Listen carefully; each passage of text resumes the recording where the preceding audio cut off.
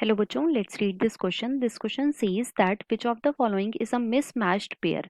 तो बेसिकली इस क्वेश्चन में हमें चार ऑप्शन गिवन है और हमें बताना है कि इन चारों ऑप्शन में से ऐसा कौन सा ऑप्शन है जो कि मिसमैच्ड है।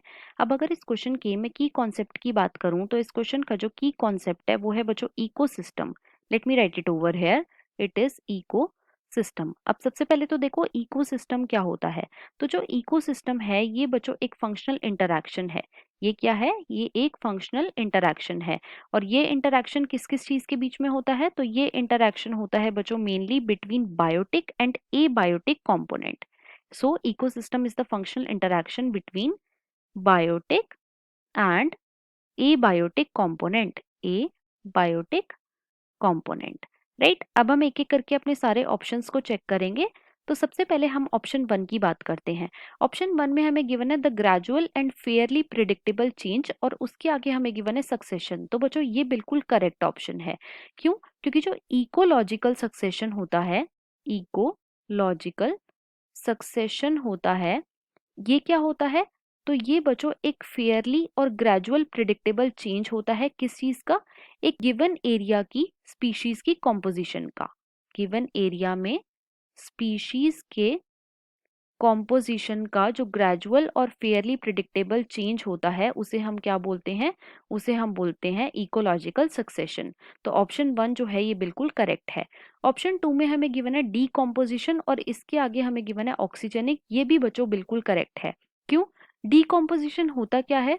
तो जो डीकॉम्पोजिशन होता है इसमें मेनली क्या होता है?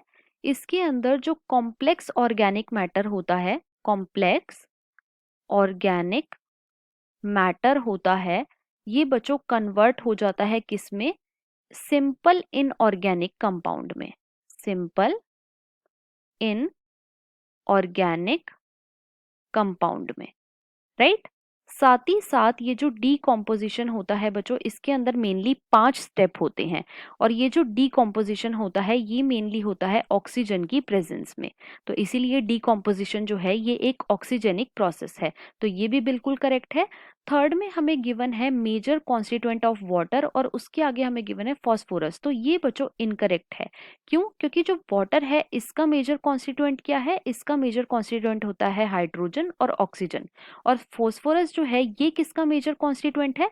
तो जो फॉस्फोरस होता है, फॉस्फोरस होता है, ये बच्चों एक मेजर कॉन्स्टिट्यूएंट होता है हमारी बायोलॉजिकल मेम्ब्रेन, जैसे कि हो गई हमारी सेल मेम्ब्रेन और न्यूक्लिक एसिड का। Biological membrane and nucleic acid. और न्यूक्लिक एसिड में क्या आते हैं? न्यूक्लिक एसिड में आते हैं हमारे डीएनए और आरएनए। तो ये जो ऑप्शन नंबर 3 है ये एक मिसमैच्ड पेयर है और हमें यही फाइंड आउट करना था। तो हमारा करेक्ट आंसर है ऑप्शन नंबर 3। ऑप्शन 4 में हमें गिवन है the soil formation ecosystem service और उसके आगे हमें गिवन है अबाउट 50% ऑफ टोटल कॉस्ट। तो बच्चों ये ऑप्शन भी हमारा बिल्कुल करेक्ट है। तो हमसे यहाँ पे मिसमैच पेयर पूछा था और वो है option number 3। So the final answer of this question is option number 3. I hope you understood it well. Best of luck.